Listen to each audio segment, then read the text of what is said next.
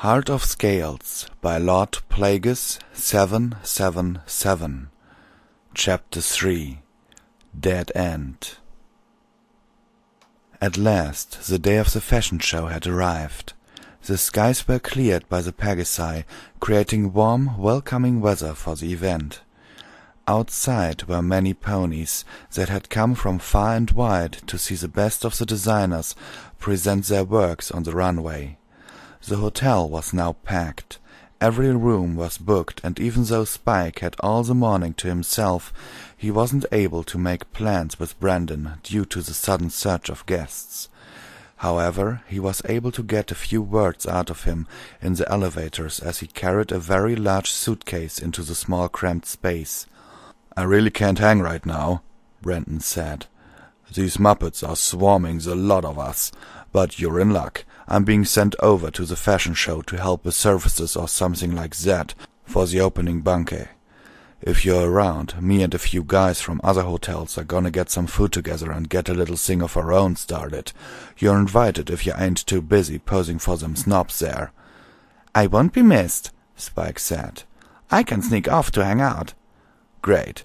I'll be out in the garden on punch duty. You'll know where it is when you get there." Brandon backed out of the elevator with the suitcase. "We'll go as soon as my shift ends. Sit tight until then." "Sure thing," Spike said before the door closed. The afternoon was very uneventful. Spike thought about Rarity, who had left early to get herself ready for the fashion show. Some of her duties included meeting the models that had been modeling her dresses, getting acquainted and teaching them how to put on the dresses, making sure makeup was spot on for the runway. Things like that. She had promised to meet Spike at the entrance of the party so they could go in together. He sat in the bathtub, wanting to be as clean as he could be for the big day. The warm water provoked a small stinging sensation in his missing scales. The soap even more so. He couldn't stay too long in the tub. He tried to keep any water from getting on the spot where Rarity had kissed him. Right on time, the clock in the bathroom let Spike know that he better start getting ready. The sun began to set as Spike opened up the closet to find a lone tuxedo hanging on the rack. He pulled up a chair to get it down and laid it out on the bed. If he was going to follow her to the banquet, he would need to look as fancy as possible. It was a miniature tuxedo Rarity had made for him some time back in Ponyville. To his disappointment, the tuxedo fit just right. He had hoped that he had at least grown a little bit since it was made. Still, he put it on with pride, wondering what Rarity was doing at the moment. Spike caught a carriage to Canterlot Castle, where the fashion show would be held. Traffic was very unpleasant. Every carriage in the streets of Canterlot seemed to be heading for the same destination. Spike still made it just on time at the flashy front entrance. Good thing the bathroom clock was accurate. The overall mood was similar to the Grand Galloping Gala. There seemed to be less ponies attending the fashion show party. Maybe it was because only ponies with special passes were allowed to enter. Spike looked up and saw what he believed to be the Wonderbolts in the middle of some practice drills. Perhaps there was a show planned on later in the night. Spike saw Rarity in her special pink party dress when he arrived at the gate. She was greeting a few ponies passing the gate into the party. She seemed pleased when she saw Spike in his tux. "Looking sharp, Spike," she said. "Now remember, mind your posture and act refined. This isn't just any party, you know." "You don't have to tell me," Spike smiled as he entered the outdoor party area. There were even fewer ponies at the garden party than what Spike had seen at the entrance. It was then that he noticed that the party was for the VIP ponies. Designers and other important ponies, very important ponies at that. It was the VIP area. Spike decided that it was best to lay low and to bring as little attention to himself as possible. The other ponies with regular passes and were not yet permitted to enter were right outside the castle area. Spike had seen them as he inched along in the carriage while he was stuck in traffic. He remembered seeing them having their own good time at the parks, restaurants, cafes, even roadside gatherings because they simply had nowhere else to go. Spike thought that he probably would have had more fun at the parties outside than here with all the VIP ponies. Pinkie Pie would have enjoyed either party in her own way, but after giving it some thought, Spike would bet on the outside ponies to be more accepting to Pinkie's antics rather than the ponies here. When it had become dark enough, the lanterns over the party area lit, illuminating it with a soft but bright yellow light. These lights were probably magic-powered. No matter how bright they were, Spike had no trouble seeing the stars in the night sky above. That reminded him. Was Princess Luna going to be attending the fashion show with Princess Celestia? Of course they were. It was being held in their own castle. He didn't have to hear from some pony else to know that they were going to be in attendance. He began to feel concerned for Rarity, knowing this. He hoped that the pressure wasn't going to get to her. She's come so far. He watched Rarity migrating all around the area, as if the party was one big ocean and she was a small fish riding the currents, meeting other fish, bigger fish. The party area was rectangular, surrounded with tall, beflowered hedges. There were arches of flowers on the four sides of the rectangle serving as ways in and out of the area. The center of the area was open, allowing ponies to move around and socialize. A little off to the side, away from the main commotion, were round tables and chairs, large enough for groups of 2 and 3. There were 2 long tables for food and drink. One long table with an incredible assortment of hors d'oeuvres and desserts that Applejack was sure to frown at if she ever saw any of it being served next to her apple stand. The other long table was for the fruits, glasses, dishes, napkins, and dining utensils that Spike could say outnumbered the types of fabric in the storage room back at the studio. Spike entertained himself with imaginary scenes of Applejack being socially retarded at the party. He wasn't making fun of her. She was the friendliest pony he knew and was the best at getting along with other ponies. But one has to consider what she would be like trying to live up to the standard of society Spike was in the middle of at this moment. "What in tarnations?" Spike stood on a chair in front of the assortment of utensils, imitating Applejack's accent, cross-eyed, pretending to have a hard time deciding which fork was the right one to eat salad with. He wanted to laugh himself silly, but held himself back. This wasn't the place to do it. "I'm bored." Spike smiled, talking to himself, dragging out the last word. He was looking for Brandon, but it didn't seem like he was around at the time. Maybe he was at the wrong garden party. At that moment Rarity approached Spike with 2 other ponies as he was pouring himself a glass of punch.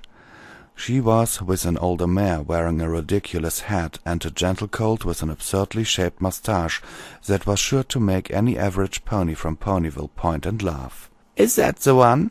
the older mare asked her. "Here he is," Rarity said. "Spike, can you pour us a couple of drinks, please?" "All right, sure," Spike said, handing Rarity the cup that he was pouring for himself, and began pouring a few more. "How fascinating, a dragon that knows fashion," the gentle colt said. Spike was tempted to laugh at his mustache. He knew that it was because he just didn't understand the meaning of it. Maybe it was because he didn't have enough money mashed up his trousers at the moment. Was it some sort of a fad here in the rich pony circle? Spike wondered why Rarity wasn't with anyone close to her own age.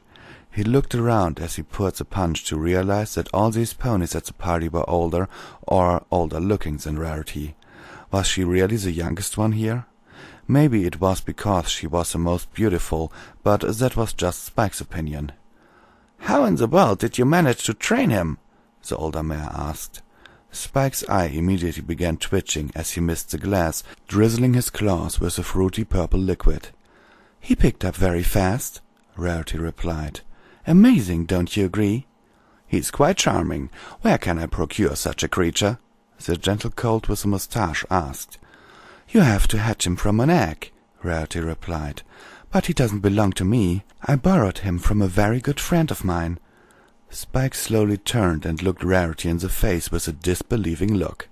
Rarity returned it with an unreadable smile, the same she had on since she entered the party area, the smile that appeared to be frozen on her face this whole time. Why was she talking like this to him? Was there something wrong? "I used to own a very exotic lizard. It was capable of many tricks, however yours simply takes the cake, Rarity dear," the older mare complimented. "Why, yes," Rarity replied, having nothing else to say. "That dress of Rarity's is a dragon one, don't you remember, dear?" the gentle colt asked the older mare. "Why, yes, I do," she replied. "The scales on the headpiece," he continued. "Don't tell me, Rarity, that you used actual scales from this dragon here." "Yes, I did," she nodded. "It must have been extremely difficult to obtain them," the mare said. "I'm very impressed. I understand that this is a mere baby dragon, but acquiring scales from any dragon is no easy task. Did it struggle?" His sores began to prickle at the word scales. "Oh, yes, it was quite difficult, all right." Rarity laughed as the other ponies patted her on the back. "Fascinating indeed, Rarity. You are a genius. I would have never thought. Dragon scales, of course. I must have a closer look at this rare material," the gentle colt said, reaching for Spike's face to feel him. As soon as his hoof made contact with the surface of his scales, Spike shut his eyes in pain. All the points of missing scales seemed to ignite at once. The burning sensation lit up on every sore around his body. It was a sudden stab of pain, causing a brief lapse in consciousness. When he came to, he opened his eyes. He was staring at the 3 ponies in front of him, all of whom looked absolutely astonished, staring. The gentle colt had retracted his hoof and was covering it with his other, looking very distressed. Spike realized what he had done. The cup and ladle was floating around in the punch bowl. He had slapped away the gentle colt's hoof. Telling from the pulsating feeling on the back of his hand, he had done so pretty hard. "Why, I never—" the gentle colt grunted, his moustache flapping vividly. "It seems that you haven't trained him well enough." Rarity was at a loss for words. All she could do was keep her head down as she listened to the gentle colt scolding her. Spike couldn't get himself to speak either. Even if he was able, he didn't want to. He wanted to see what Rarity was going to do. "Apologize this instant, dragon," the older mare demanded. There was a heat building under his tuxedo. His sores were still burning, slowly smoldering under the cloth.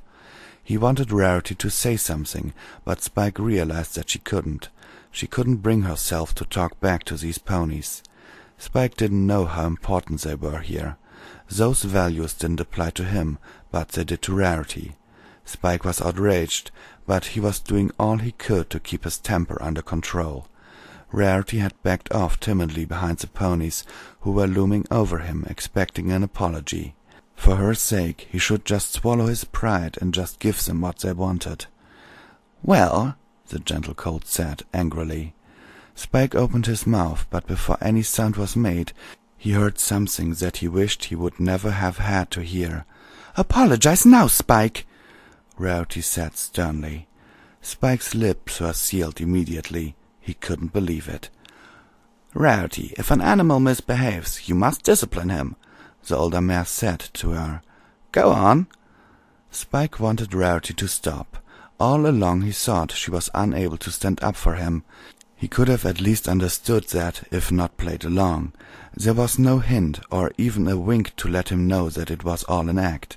Was she serious? Was she this insensitive to begin with? Not Rarity, not her. "If you won't apologize, I'll have to tell you to go back to your hotel room," Rarity ordered, as the older man nodded in approval. She turned her head, and the group left the punch area. "I'm sorry," Rarity said, turning to the gentle colt. For a moment Spike had thought she was talking to him. "Don't worry about it, dear," he replied, wiping his hoof with a handkerchief. "I'm quite fine."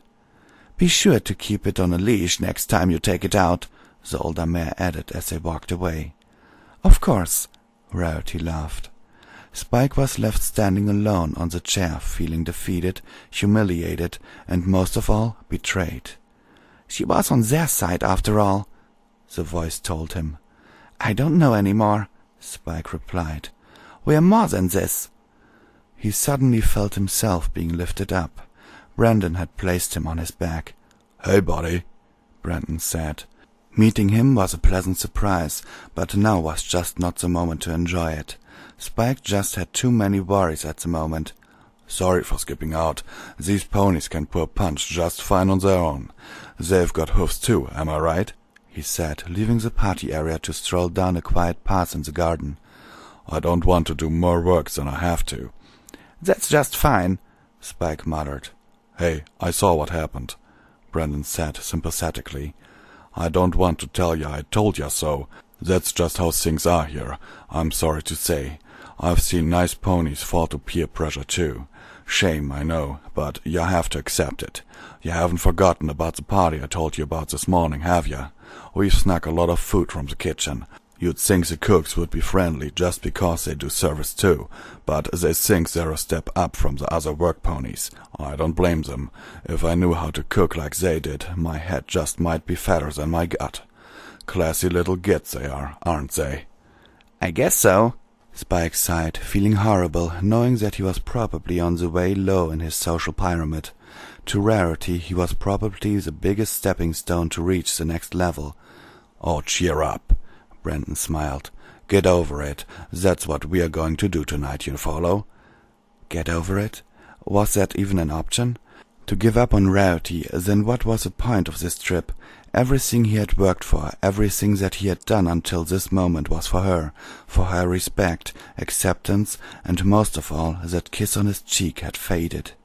Realistically thinking, a kiss was less valuable and easier to give than a ruby. He had worked for cheap. Spike needed Rarity, but the possibility that she didn't need Spike was now clearer than ever. "So, that's it?" the voice asked. Spike didn't reply. They reached the hidden entrance on the side of the castle. It was really hard to spot, the wooden door, concealed behind all the green growing over it. They headed down a dark stairwell. Spike could see a light at the bottom from behind Brandon.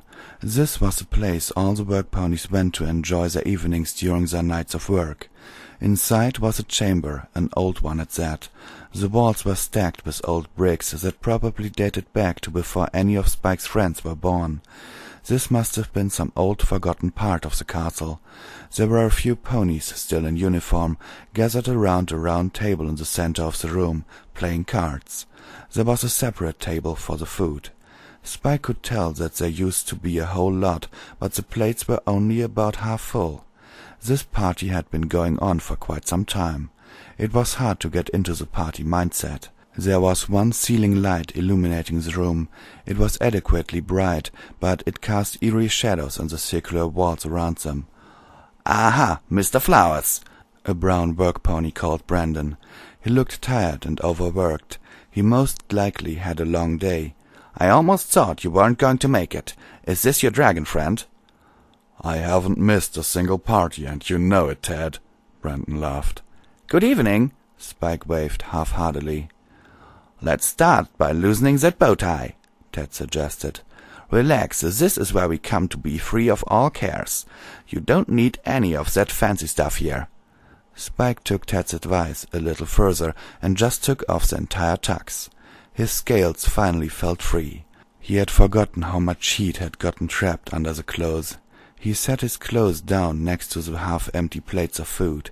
He and Brandon joined the other ponies at the round table as one of them passed them drinks. "What's the matter?" Ted asked Spike as the other ponies continued their card game around him. "You look under the water." "Love troubles," Brandon said. The other ponies at the table took interest. "Is that so?" Ted asked. "Well, Spike, tell me the tale. Who is this babe?" "You know, the one in the room next to his, the one who almost broke you back with that mother load," Brandon said as Spike let him answer Ted's question in his place. "That mare?" Ted asked, wincing, the pain in his joints returning with the memory of the day Rarity had came to the hotel. "Oh boy, this is going to be difficult. So what seems to be the problem?" "He's helping that pony, Rarity's her name, make dresses for the fashion show," Brandon explained. He likes her, but she treats him like some underling. Back at the Muppet party, you should have heard how they were talking about him, as if he was some common animal. You see, this idiot with a mustache tried to touch him, but he slapped that hoof away like a boss. A dragon has his rights, but of course he was going to get some scolding for that. I didn't expect his lady, Rarity, to be so harsh on him afterwards. She didn't even do anything to back him up. She actually helped in the roasting. I can see where she stands already, Ted nodded. We understand, Spike. We all need to be prepared when the hammer comes down. Spike always had a thing for ponies, Brandon laughed. Weird, isn't it? She's nothing but trouble, Ted laughed, as well swirling the contents of his cup. It's best if you forget about her. Move on.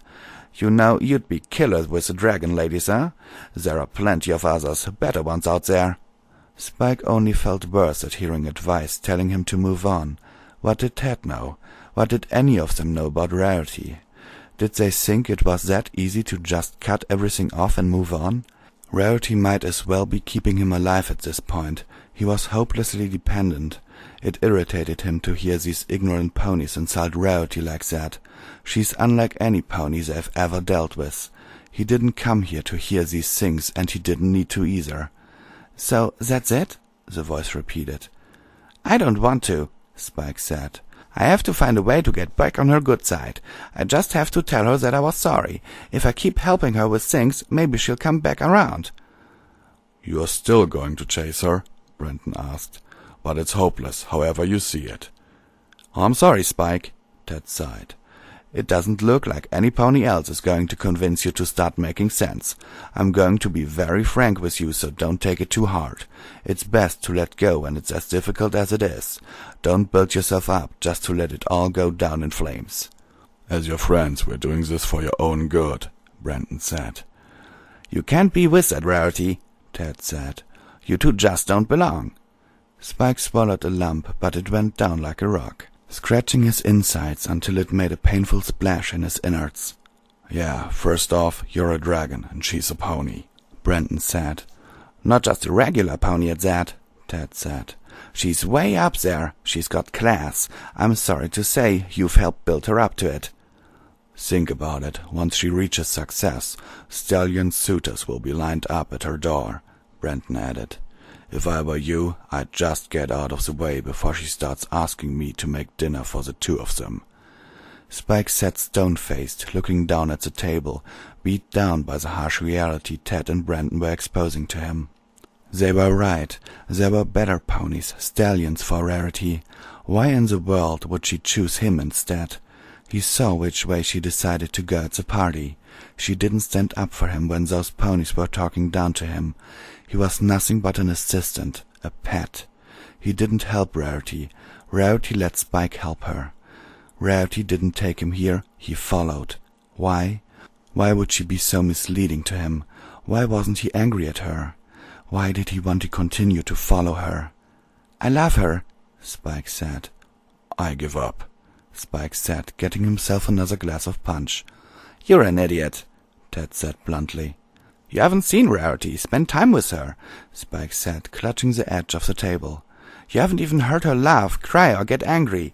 You don't know what it feels like when she touches you, physically or otherwise. What do you know? I felt it. I know there is something between us. It's an unmistakable truth. What do you know? Ted asked. She has to love me back, Spike said, looking up. You're desperate. Ted shook his head. Prove it. Prove that she loves you. Not to me, not to any pony in all of Canterlot. Prove it to yourself. Go and tell her how you feel. See what happens. Now I want you out of here. I don't care where you go. I gave you my advice, but if you're so sure, do whatever the hell you want. Spike pushed back the chair and got off.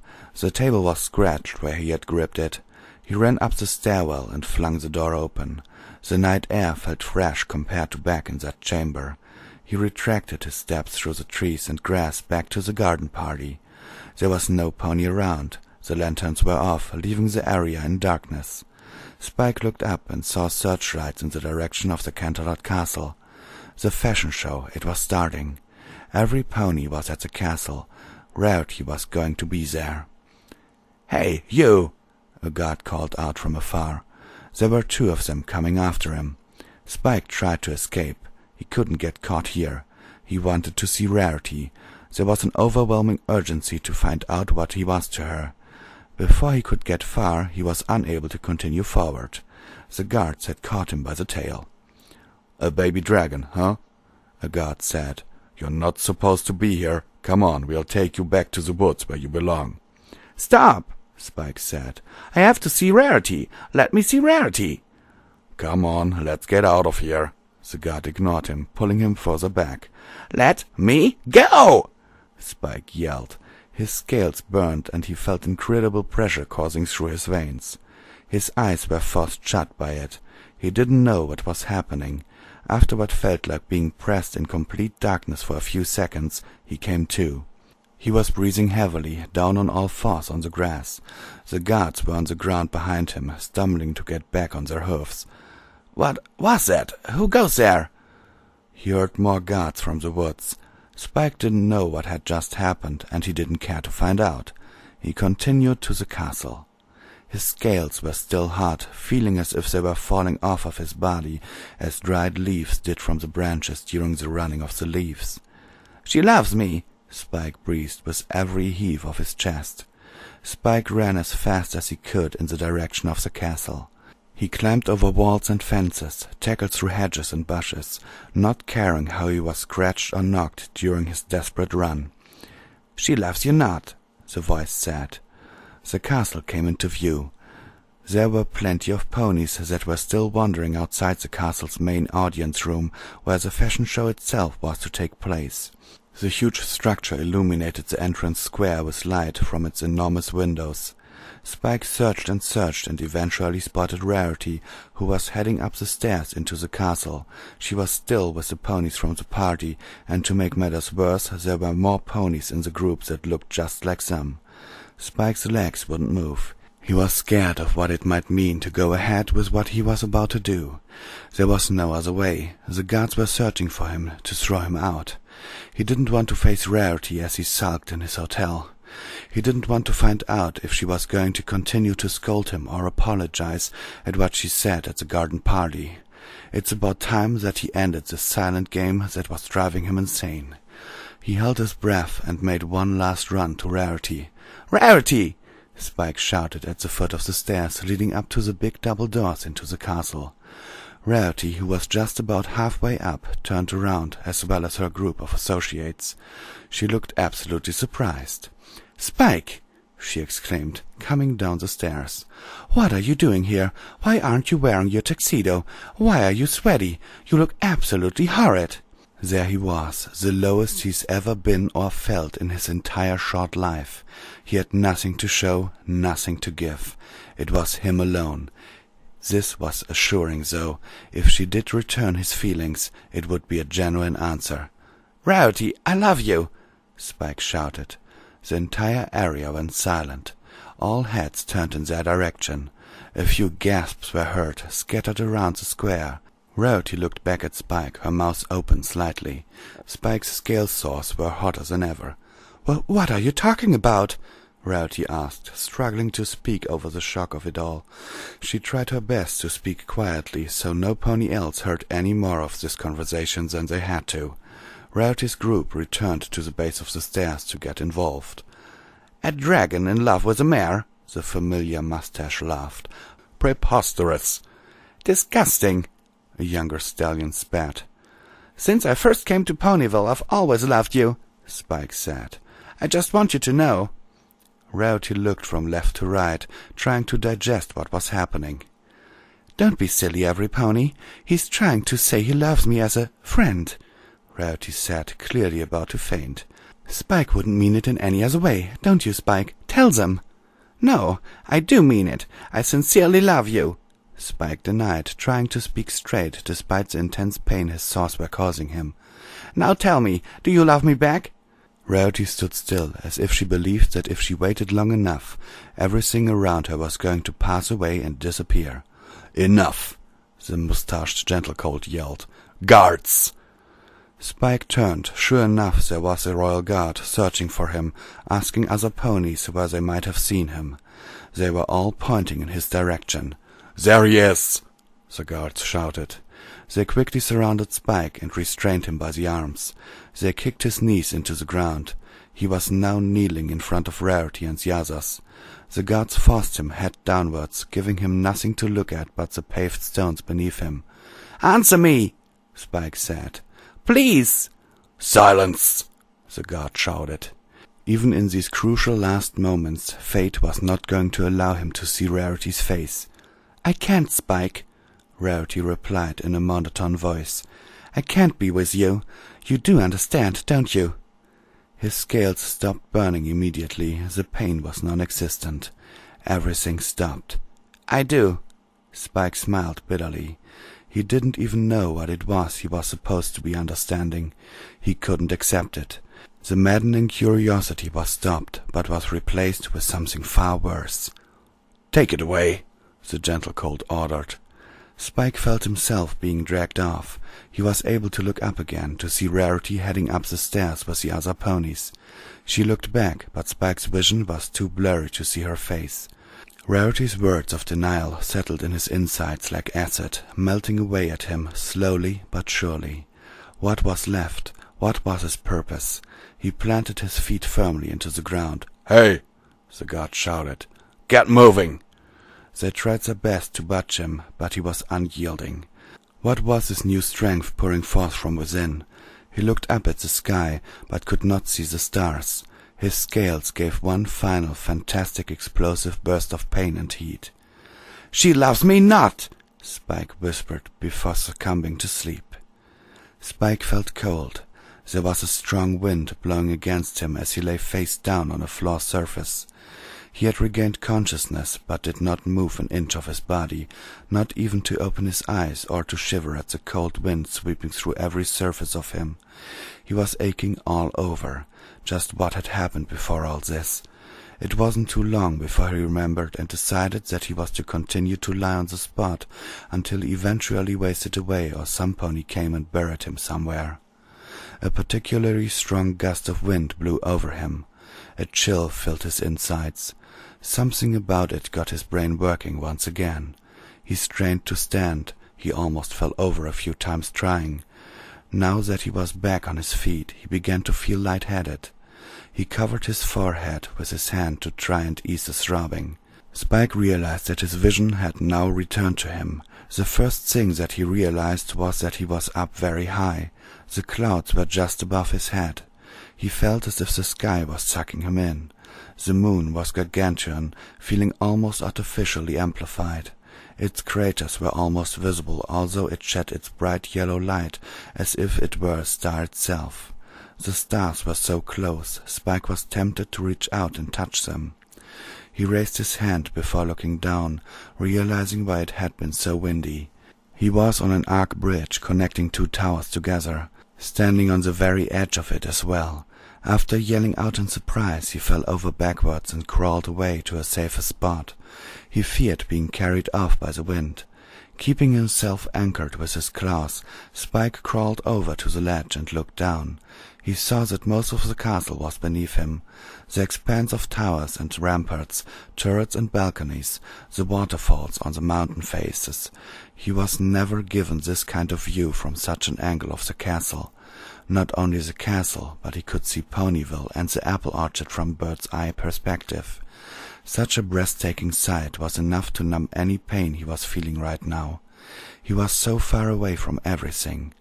Then he noticed the bridge under him. The royal guards were running across it, into the town nearby. Where were they going? "They're after you," the voice told him. Then Spike began to remember, beginning to feel a falling sensation even though he was holding on tight with his claws. "How did I get here?" Spike asked the voice. "You lost control," the voice said. "You got here on your own." "Why here?" Spike asked. "Perhaps you did it to escape the guards." Spike tried with all his might to remember what had happened after he had blacked out. He remembered intense rage and despair, screaming, voices, yelling and fire everywhere.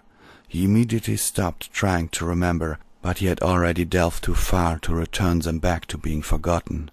He hadn't noticed before, but he saw blackish smoke rising into the clear night sky, coming from the direction of the castle entrance. "What happened?" Spike asked, his eyes wide in horror, beginning to break into cold sweat, feeling extremely sick. "What have I done?" He turned his head from the scene afar to the sound of clinking of armor. The guards were coming his way from the doorway of the tower on one end of the bridge. The guards saw Spike and began to cross. There were 3 of them. "Be on your guard," the middle one commanded. "He breathes a mean fire." The guards approached Spike slowly, holding their golden shields up to their snouts in case Spike breathed fire at them. However, Spike had no ability to do so. He forgot why the guards were here. He forgot about what has happened or will happen to him. There was only one thing he cared about. "Rarity," Spike said desperately to the guards, inching towards them. His eyes were downcast. He stared emptily into the ground in front of him. "Is she all right?" The middle guard stared closely at him before lowering his shield. Even with a poor sense of smell, any pony could have picked up the scent of fear and panic in Spike, although everything about his outward appearance seemed to leave no trace of it. The other 2 followed his lead and also lowered their shields. The middle one walked up to Spike. "Please," Spike began, "tell me if she's—" Before he could finish, the guard slammed his shield into Spike's face with a deafening clang.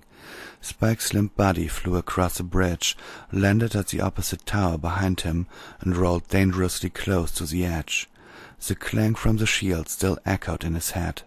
It was noisy, disorienting. His face was in a whole other level of pain. His head hung over the edge as he opened his teary eyes, allowing him to see his fate. The drop seemed bottomless, only a few wisps of cloud and the mist from the waterfalls way below.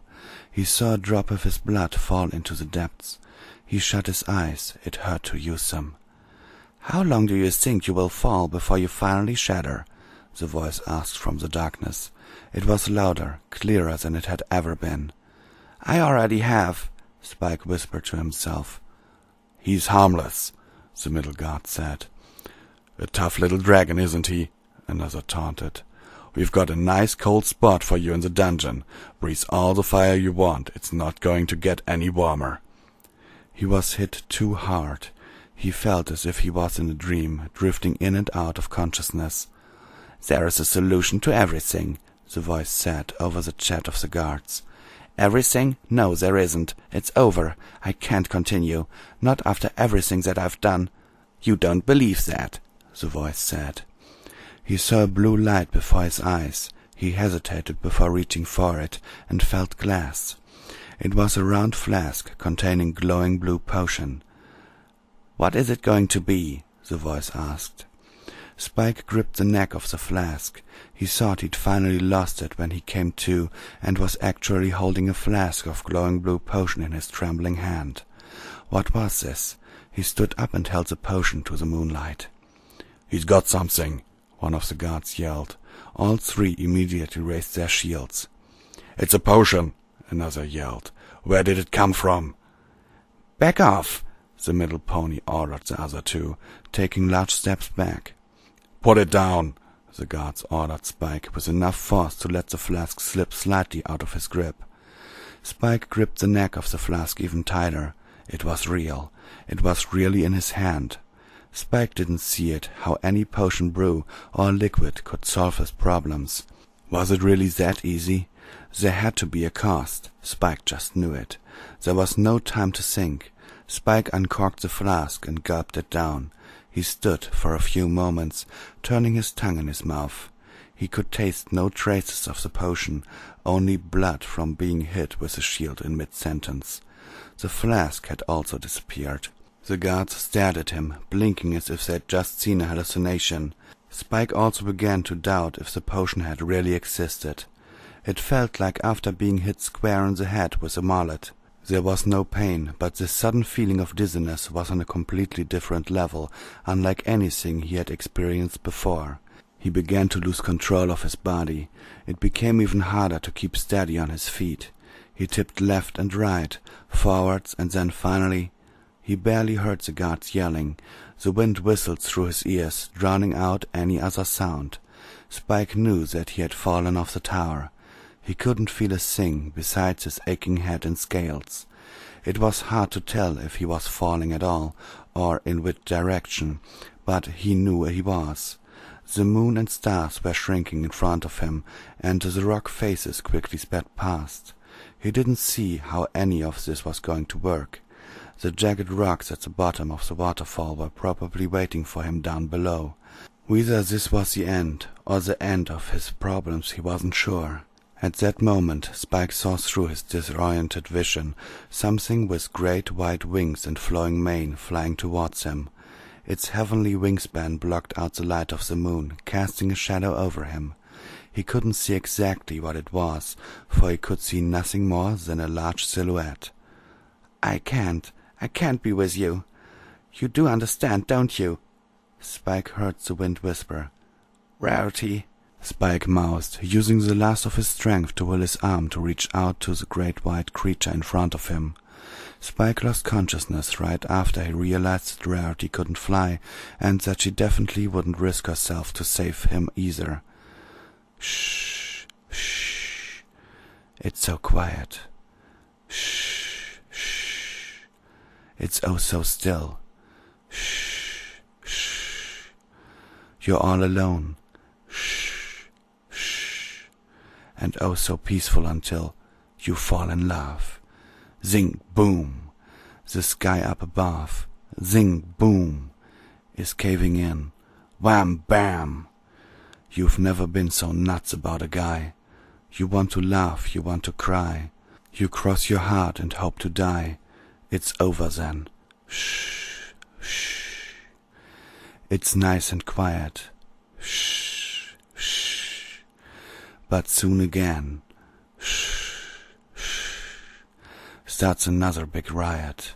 You blow a fuse, zing, boom, the devil cuts loose, wham, bam, so what's the use, wham, bam, of falling in love, shh, shh, it's oh so quiet, shh, shh, it's oh so still, shh.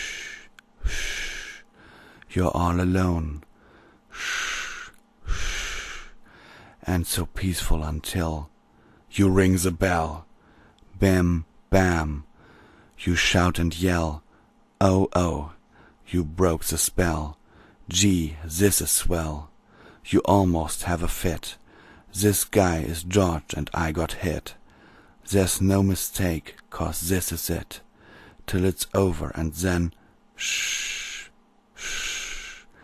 It's nice and quiet, shh, shh, but soon again, shh, shh, starts another big riot. You blow a fuse, zing, boom, the devil cuts loose, wham, bam, so what's the use, wham, bam, of falling in love.